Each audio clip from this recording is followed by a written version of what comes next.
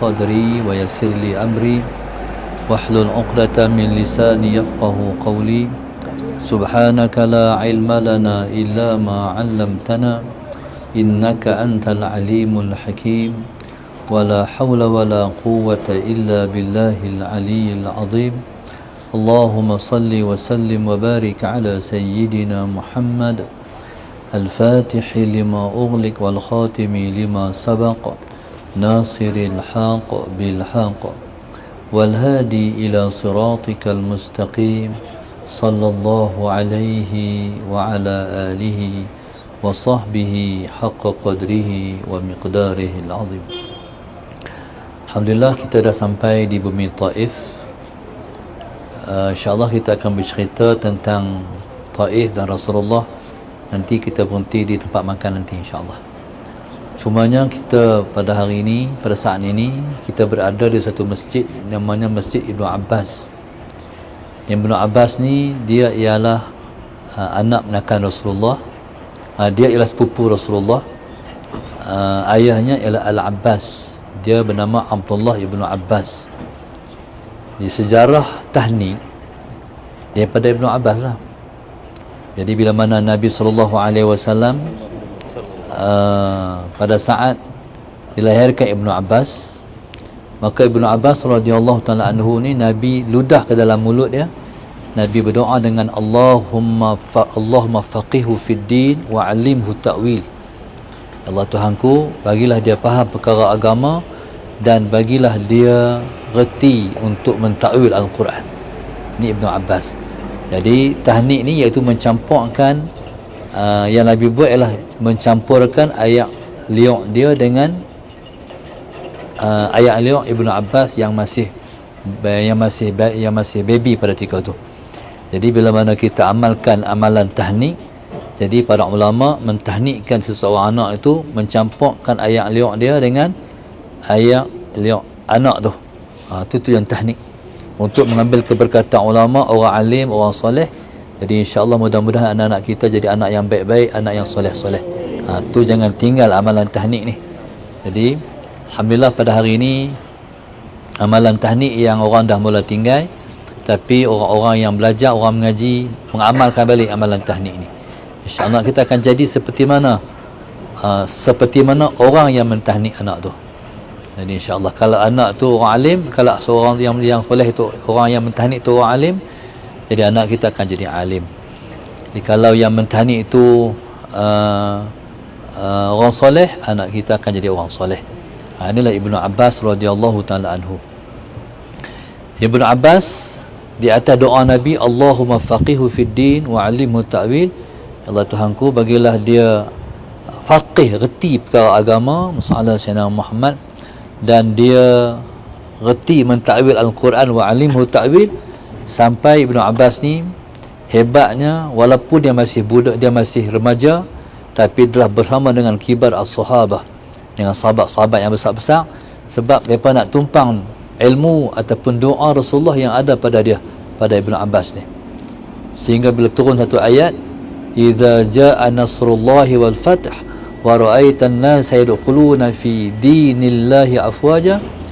Jadi bila turun ayat tu, bila telah datang pertolongan Allah, kamu akan melihat manusia masuk ke dalam agama Allah tu berbondong-bondong. Jadi ketika tu berhimpunlah para sahabat yang besar-besar seperti Sayyidina Abu Bakar, Sayyidina Umar dan sebagainya, dan dipanggil Ibnu Abbas sekali untuk duduk sekali. Jadi setiap para sahabat yang ilmu banyak ni, yang ilmu besar-besar ni, mentafsirkan ayat ni mengikut kefahaman masing-masing masalah Sayyidina Muhammad. Jadi akhir lepas kata, kita tengok pula kata Ibnu Abbas apa tentang ayat ni. Jadi orang sonok lah bila telah datang pertolongan Allah, tanda dia orang masuk Islam ramai-ramai, berbondong-bondong masuk Islam. Akhirnya orang Sayyidina Abu Bakar kata, ini persilakan kepada Ibnu Abbas untuk mentakwil ayat ni. Dia kata, aku mentakwilkan Rasulullah sudah hampir wafat. Terkejut orang lain sebab dia faham dengan sebab bila mana Islam dah menang, berarti kerja Nabi dah habis. Maknanya Nabi sudah hampir wafat. Nangis para sahabat semua. Inilah Ibnu Abbas radhiyallahu taala anhuma. Yang Ibnu Abbas ni kemuliaan Taif sebab makamnya di Taif. Ibnu Abbas tu makamnya di Taif. Ibnu Abbas ni dia pernah tengok muka Rasulullah 2 kali. Dia pernah tengok muka Jibril dua kali. Jadi Jibril ni bila demai menyampaikan wahyu, para sahabat tak nampak, seorang pun tak nampak. Jadi rupa Jibril yang berupa dengan Dihyah Al-Kalbi itu, seorang sahabat Nabi yang paling tampan tu. Jadi Nabi bila mai Jibril menyampaikan wahyu, seorang pun tak nampak. Tapi satu masa kata Ibnu Abbas, ya Rasul, aku nampak Rasulullah. Aku nampak Jibril yang rupa dengan Dihyah Al-Kalbi tu, Sallallahu Sayyidina Muhammad. Nabi kata, kalau hang betul hang nampak, betul hang tengok tu Jibril, hang akan buta di akhir hayat. Di akhir hayat dia buta. Tanda apa? Yang dia tengok tu sungguh malaikat Jibril alaihi salam. Jadi dia Ibnu Abbas ni pernah satu masa dia, Allahumma salli ala sayyidina Muhammad, Nabi SAW pada saat diturunkan wahyu, Nabi ada beberapa situasi. Kalau situasi Dihyah Al-Kalbi, itu biasa. Nabi dengar, Nabi bila sampai wahyu, Nabi diam, Nabi dengar, Nabi sampaikan seperti mana, sebiji macam putus stik, seperti penarakaman. Sebiji Nabi sampaikan macam tu. Seperti Quran diturunkan, seperti itu Nabi menyampaikan. Jadi para sahabat pun, Allahumma salli ala sayyidina Muhammad, mendengar wahyu yang Nabi sampaikan. Nah, itu secara biasa. Tapi kalau secara yang luar biasa, Nabi bila mana sampai wahyu yang diturunkan oleh malaikat Jibril alaihi salam sallallahu sayyidina Muhammad, Nabi pada ketika itu pada musim yang sejuk pun Nabi berpeluh. Kalau Nabi duduk di atas unta, Nabi unta tu akan terduduk unta tu sebab berat sangat wahyu tu. Jadi wahyu tu datang dalam bentuk salatul jaras, kata Rasulullah, seperti bunyi loceng. Jadi mungkin orang tak faham macam mana bunyi loceng tu. Bukan macam gereja tu, tapi dia melantun. Dia melantun. Alhamdulillah. Jadi dia Allah macam tu. Jadi maknanya macam kalau bunyi macam tu sangat menggerunkan Rasulullah. Pasal apa dia hebat? Sebab hebat wahyu tu, sebab Nabi sebagai seorang manusia, jadi Nabi nak menghubungkan kerohaniannya dengan kerohanian malaikat. Jadi masalah Sayyidina Muhammad, hatu yang hebatnya, beratnya dan hebatnya. Jadi satu masa Ibnu Abbas radhiyallahu taala anhu, suatu mana Nabi sallallahu alaihi wasallam Sayyidina Muhammad diturunkan wahyu hak jenis macam bunyi loceng tu, paha Ibnu Abbas duduk bawah paha Rasulullah, duduk sila kan, duduk sila. Tak sangka pula, jadi ketika tu orang duduk dalam majlis, duduk rapat-rapat, ketika tu masalah Sayyidina Muhammad, Ibnu Abbas pahanya duduk bawah paha Rasulullah. Tiba-tiba turun wahyu tu. Bila turun wahyu tu, maka subhanallah, kata Ibnu Abbas, aku rasa macam seketui batu yang sangat besar sedang menghimpit paha aku. Tu dahsyatnya ni Ibnu Abbas radhiyallahu taala anhu. Jadi subhanallah, kita insya-Allah. Jadi di mana makamnya orang ni tak tahu. Tapi di sini ada satu makam yang hebat juga, iaitu makam Pada'eh. Pernah dengar Pada'eh? Mana ayat lain?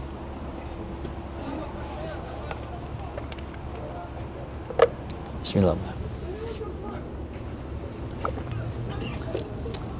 Pernah dengar Tok Haji Saleh? Pada'eh ni Tok Guru dia. Pada'eh Tok Guru dia. Jadi ulama-ulama besar dulu-dulu banyak mengaji kat Pada'eh. Macam contoh Tuan Guru Haji Abdullah Samah, Tok Guru Jelah Bukit Lada. Allahumma salli ala sayyidina Muhammad. Tu di antaranya macam banyak. Sebab dulu orang ulama tua dulu mula mengaji kat Pada'eh. Pada'eh ni ulama tauhid besar. Dia kalau mengajak usuluddin, minyak fiqh, menterjemahkan kudrah bukan dengan kuasa tapi dengan perkuasa. Perkuasa. Jadi tu Tariq Pada'eh. Ngajak sifat 20. Ulama cukup besar, Sallallahu Sayyidina Muhammad, dan makamnya yang mulia dimakamkan bersebelahan dengan makam Ibnu Abbas. Saya dipahamkan dalam tu, dalam semua Allah. Nampak tak? Yang orang buat tembok tu, kubur tu. Tapi mereka tak jaga. Kalau kita meduk, kita jaga tu. Kalau kita jadi orang Taif, kita jaga. Mereka tak jaga makam sahabat, mereka tak jaga makam ulama. Jadi masalah Sayyidina Muhammad di kemuliaan Pada'eh, walaupun dia mengajak di Masjidil Haram, tu ya Allah kata kuburnya tepi Ibnu Abbas. Jadi subhanallah, sebab dia ulama besar, dia ulama Jawi, orang Melayu kita. Tapi Allah muliakan orang Melayu berdempetkan dengan makam sahabat Nabi yang mulia Ibnu Abbas radhiyallahu taala anhu. Insya-Allah. Jadi itu Ibnu Abbas. Jadi insya-Allah sudah sedikit maklumat kita terhadap tentang Ibnu Abbas. Jadi kalau kita mengaji hadis, kita duduk di pondok, kita akan dengar Ibnu Abbas ni. Jadi itulah sahabat Nabi yang bernama Ibnu Abbas radhiyallahu taala anhu. Dia kalau istimewa dia Ibnu Abbas ni, orang lain para sahabat ni radhiyallahu anhu, tapi dia radhiyallahu anhuma. Pasal ayahnya ialah Al-Abbas, ponakan Rasulullah. Ponakan Nabi hal lain tak masuk Islam. Ponakan Nabi masuk Islam ialah Al-Abbas. Al-Abbas ni sini ada sejarah lagi, saya akan cerita lagi di tempat makan lagi masalah Sayyidina Al-Abbas ni. Akan di sini juga hebatnya, di samping ada satu peristiwa Nabi masuk ke Taif, dibalik dengan batu. Jadi kita akan sebut cerita lagi. Termasuk sini juga cerita di sini lah perang Hunain pun berlaku di sini juga. Masalah Sayyidina Muhammad dan Al-Abbas ni, masalah Sayyidina Muhammad, dia suara dia dengar sebatu. Jadi ayah kepada Ibnu Abbas ni. Jadi wallahu alam, cukup sekat tu dulu. Kita nak mana pula ni? Muhammad. Mana Muhammad? Kita mana ni? Ha? Pak makan. Ada orang jual aiskrim tak? Saya belajar aiskrim mohon insya-Allah.